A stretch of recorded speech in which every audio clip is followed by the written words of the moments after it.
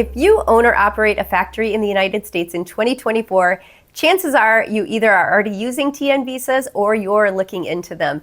Basically, 2023 was a bumper year for TN visas, particularly engineers and technicians going up to work in U.S. factories. By all accounts, 2024 will be even busier. So what is a TN visa?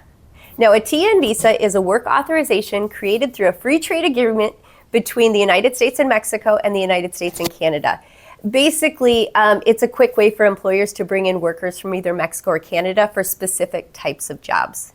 Now, there are quite a few professions listed and eligible for a TN visa. The most commonly used ones will be engineers, technicians, registered nurses, and a lot of IT professionals as well. I will put a link in the show notes below so you can get a full list and get an idea if your job qualifies for a TN visa. Now, there are 3 ways a worker can get into your company on a TN visa. These visas can either be issued at a port of entry, and so that's an airport or a land crossing, by going to an appointment at a U.S. consulate, or by mailing a form called an I-129 to USCIS. Now, all of these methods are quick and affordable. To give you an idea, if a Canadian applies at the airport, the cost is $56. Now, the other good thing about TNs, most TNs will be issued for a 4-year period of time and can be renewed indefinitely as well.